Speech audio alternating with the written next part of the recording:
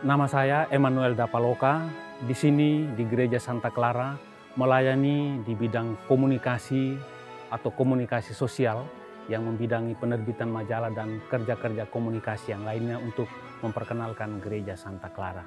Selanjutnya, ada saja juga orang yang tidak suka sehingga kemudian harus meninggalkan tempat yang itu dan pindah ke sebuah tempat yang lain di Jalan Tomat. Tadi itu di Jalan Pisang, pindah ke rumah di Jalan Tomat.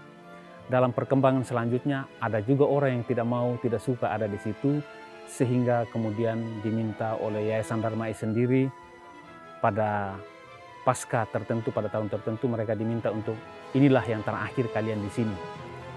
Berangkat dari situ tidak bisa beribadat lagi di sana. Pada saat yang bersamaan di Wisma Asri itu ada sebuah kapel yang dari ruko, tempat mengadakan ibadat, misa dan sebagainya. Sehingga umat dari sana kebanyakan datang untuk ikut misa di sini. Meski begitu, karena gereja Katolik itu wilayah pelayanannya adalah parokial, jadi mereka memilih untuk datang ke paroki Keranji untuk misa karena lebih dekat. Tetapi secara batas-batas itu wilayah Gereja Santa Clara. Dalam perjalanan selanjutnya, gereja ini sudah mulai mengurus untuk perizinan.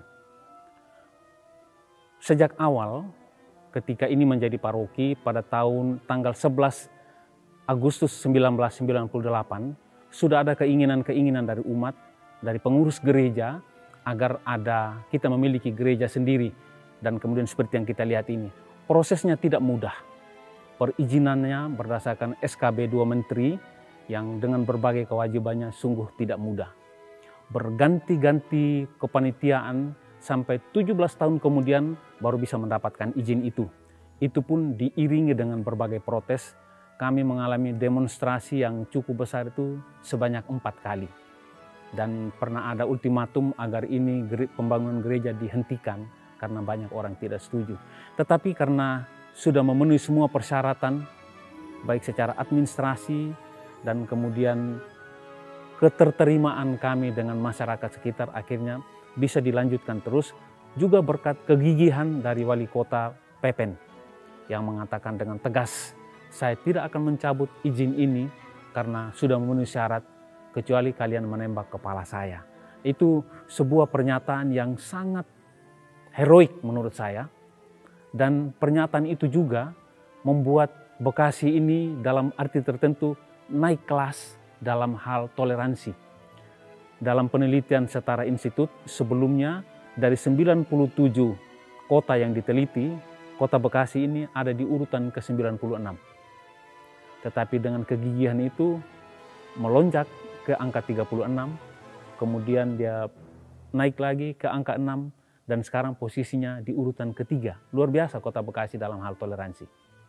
Gereja ini kemudian setelah melewati perjuangan yang heroik, yang menyedihkan, yang menuntut orang harus banyak berdoa juga, akhirnya pada tanggal 11 Agustus 2019 yang lalu, ini gereja ini diresmikan menjadi Gereja Santa Clara.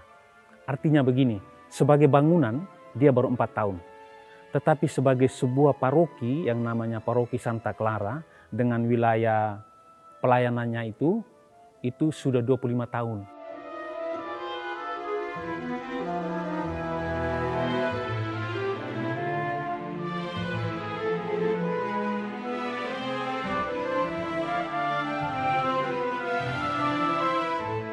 Santa Clara ini adalah salah satu orang kudus dalam gereja Katolik. Yang kalau perempuan disebut Santa, kalau laki-laki disebut Santo. Nah, bagaimana ini menjadi pelindung? Sebenarnya semula itu direncanakan agar pelindung gereja ini adalah Santo Fransiskus. Santo Fransiskus ini adalah guru dari Santa Clara. Jadi Santa Clara ini murid pertama dari Santo Fransiskus. Sebenarnya kita mau supaya Santo Fransiskus lah. Tetapi karena sudah ada salah satu gereja di Keuskupan Agung Jakarta yang memakai Santo pelindung itu Fransiskus, yaitu gereja di Tebet, maka kemudian kita beralih kepada Santa Clara dengan sebuah semangat spiritualitasnya yang sangat dekat dengan Tuhan dan melayani masyarakat. Dia ini adalah seorang dari bangsawan anak bangsawan yang meninggalkan semua kemewahan dirinya, masih muda waktu itu, masuk biara, dan semua harta kekayaannya dibilang harta kekayaan untuk orang miskin saja. Dan kami ingin meneladani sikap hidup sederhana itu. Itu mengapa Santa Clara ini menjadi pelindung kami.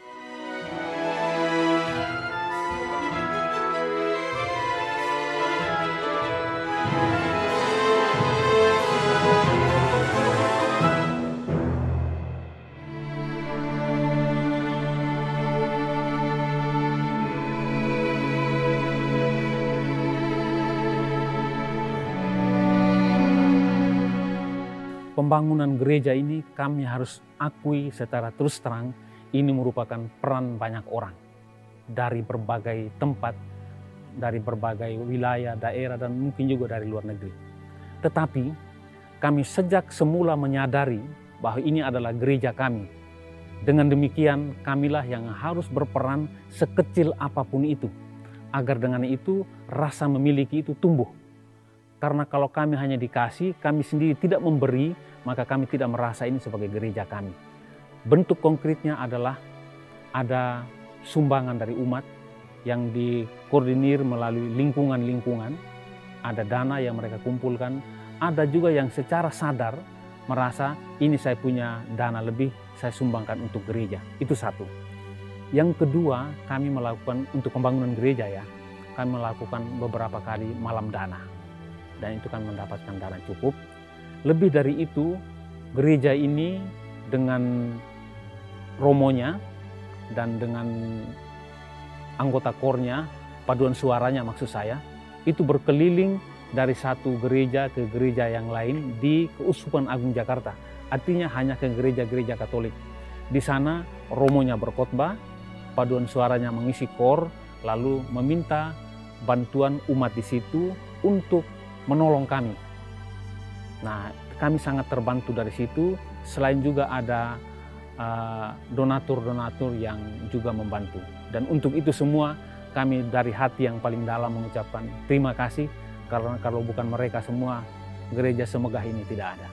Gereja ini sendiri seperti saya jelaskan tadi, itu baru dipakai tahun 2019 bersama dengan peresmiannya pada tanggal 11 Agustus 2019. Dengan demikian, belum ada perubahan yang berarti untuk bangunan ini. Tetapi saya tidak katakan tadi, sebelumnya kami itu mengadakan ibadat, misa di Wisma Asri, itu ruko. Ruko ada 3 ruko yang kami isi, itu daya tampungnya hanya 300 orang. Bayangkan, umat kami ketika itu 8.422 kepala. Harus berganti-gantian menggunakan tempat itu. Kalau hujan, itu saya mengalami ketika hujan pakai koran di atas kepala, atau ada yang pakai payung, ada yang duduk di emperan, duduk macam-macam. Itu nostalgik, sangat nostalgik menurut saya itu, dan itu tidak mungkin dilupakan. Nah, itulah perubahannya. Kami sekarang ini sedang melakukan pembangunan lanjutan, bukan gerejanya, tetapi gedung karya pastoral. Gedung karya pastoral itu akan menjadi sarana pelayanan untuk perkembangan iman, perkembangan kaum muda, perkembangan umat, baik dari sisi pengetahuan mereka, penghayatan iman mereka, dan sebagainya. Di ruangan itu nanti akan ada tempat-tempat, seperti saya katakan tadi, saya dari Komsos, Komunikasi Sosial, nanti di sana akan ada ruangannya. Nanti mereka yang dari PSE, Pelayanan Sosial Ekonomi, akan ada ruangan untuk mengatur seluruh pelayanan dia kepada umat atau kepada masyarakat di sekitar yang ada di sini. Jadi macam-macam ruangan di situ untuk mempermudah pelayanan. Dan hal lain yang paling penting adalah sebuah tempat untuk pembinaan para remaja. Remaja ini perlu dibekali sebuah kedalaman pengetahuan secara iman maupun secara wawasan.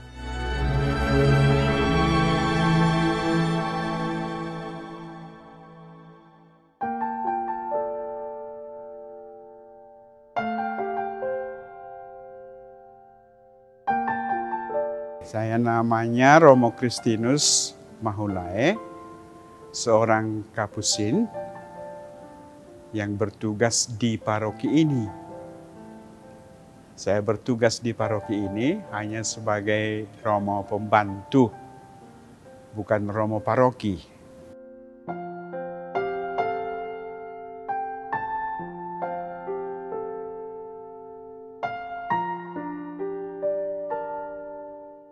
Yang di belakang saya itu yang disebut dengan pengimaman.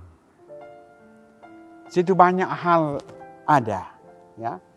Kalau di sebelah kirimu, berarti sebelah kananku, itu patung Bunda Maria.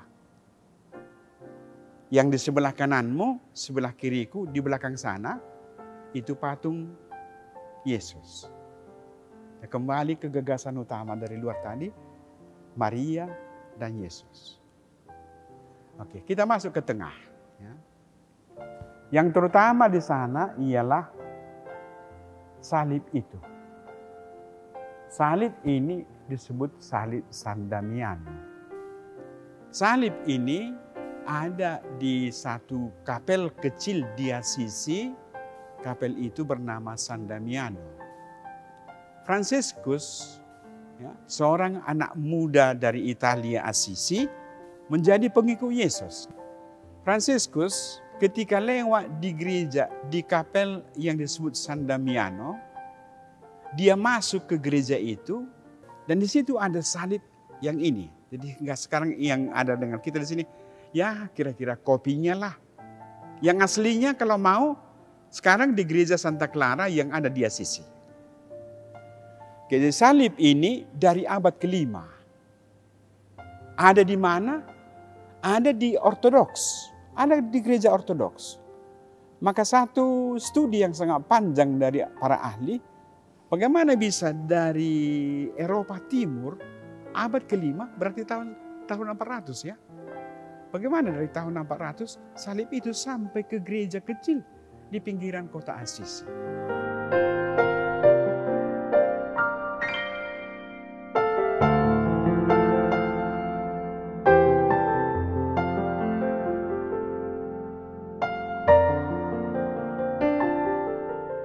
Fransiskus menjadi pengikut Yesus dan banyak kemudian menjadi orang-orang pengikutnya. Tapi siapa yang pertama? Ya, siapa pengikut Fransiskus yang pertama? Clara, ya, ini putri bangsawan. Kembali anak orang kaya. Clara ini tertarik melihat gerak hidup dari Fransiskus.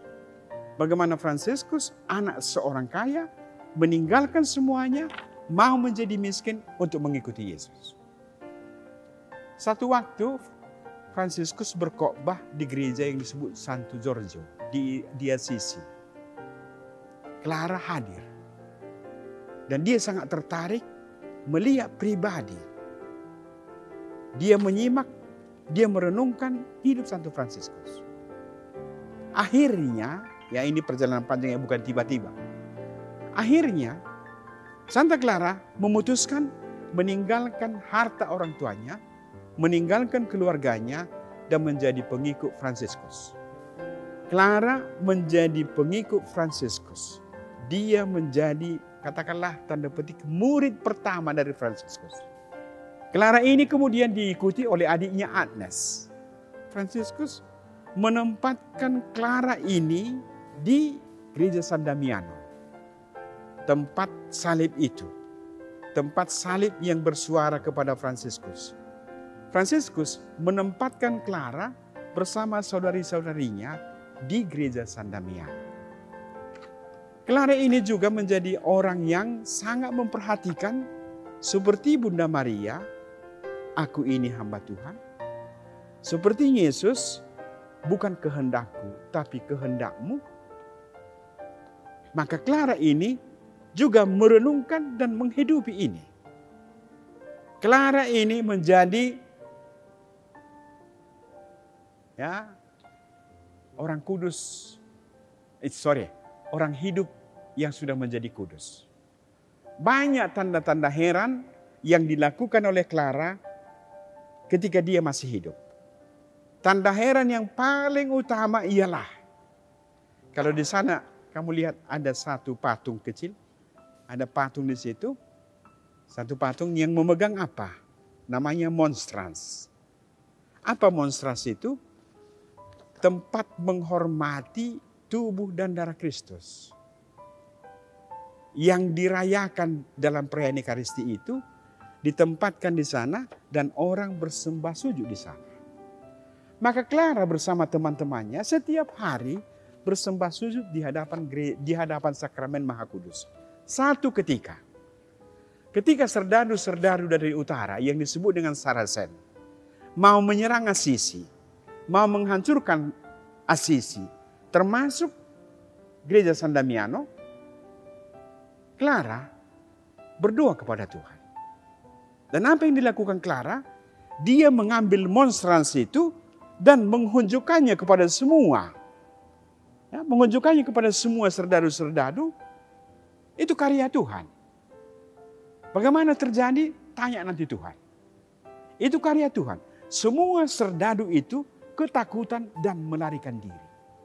Demikianlah Clara menyelamatkan San Damiano, demikianlah Clara menyelamatkan Assisi.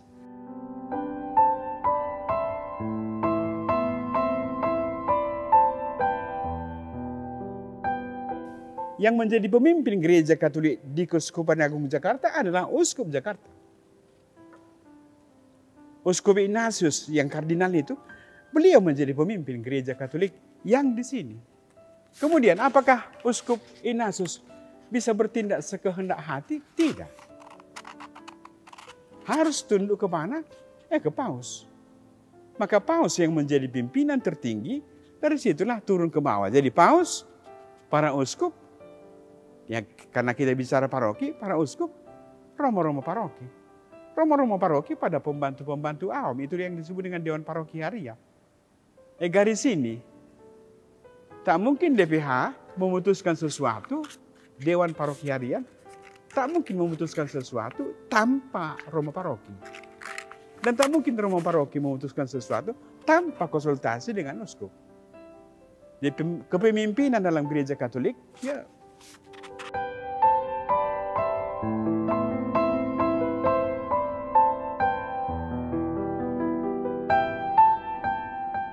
karena luasnya tanah gereja ini hanya 6.000 meter. Umat yang bisa dihitung anggota gereja paroki ini sekitar 10.000. Datang ke gereja semua? Tidak. Ya, cukupkah berapa kali merayakan? Karena itu perayaan di gereja ini, perayaan Ekaristi, hari Sabtu sore jam 5, hari Minggu jam 6, jam 9, dan jam 5 sore. Yang 4 kali perayaan untuk umat yang 10.000 itu. Yang dari awal ini aja. Sana Maria, patung Yesus, salib, dan ini Yesus yang di tengah, akulah gembala yang baik, sebelah kirinya itu Fransiskus, sebelah kanannya itu Clara. Ya, apa yang saya katakan tadi monstrans itu, itulah menjadi simbol dari Santa Clara.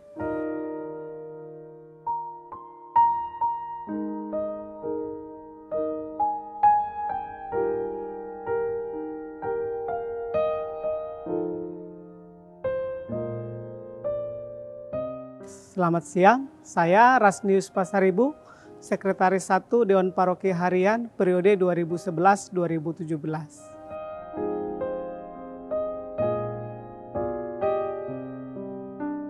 Pertama, sejak tahun 1996, 2 pastor paroki datang, yaitu Pastor Thomas Saragi bersama Pastor Albert Pandiangan datang ke Bekasi. Waktu itu ini masih bagian dari Paroki Bekasi Santo Arnoldus Jansen. Kemudian tahun 2000 dibelilah sebidang tanah seluas 6.500 hektar yang kita tempati saat ini. Seperti itu. Jumlah umat pada tahun 1998 itu sekitar 3.000 jiwa. Dan hari ini umat Santa Clara sudah berkembang, bertumbuh menjadi 8.484 jiwa. Itulah pertumbuhan umat di Gereja Santa Clara, Paroki Bekasi Utara ini. Umat di Santa Clara ini sangat heterogen. Ada suku Jawa, suku Batak, Tionghoa, juga saudara-saudara kita dari NTT, Sunda, dan berbagai macam etnis lainnya. Sehingga tidak ada satu suku pun yang sangat mendominasi seperti itu, karena merata. Karena gereja Katolik memang tidak kesukuan seperti itu.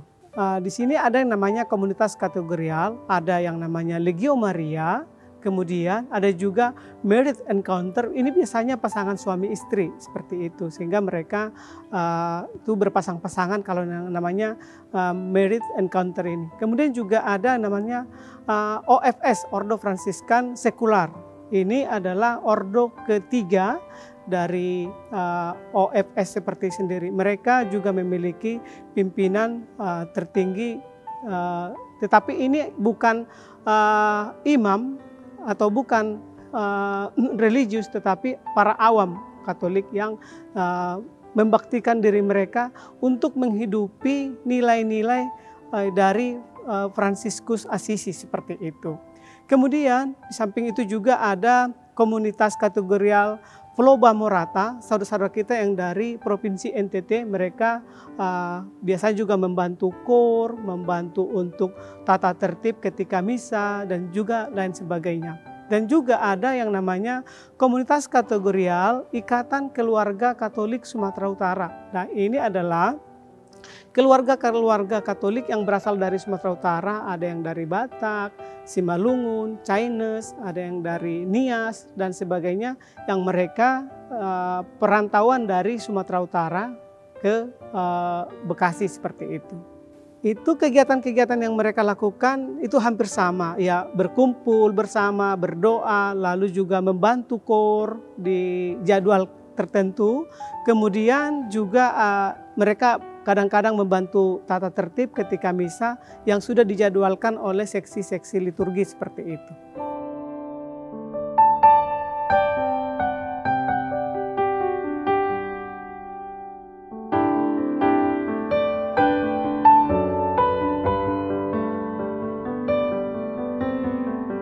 Kalau pertumbuhan umat itu kan tentu umat yang hadir di sini adalah umat yang perantauan.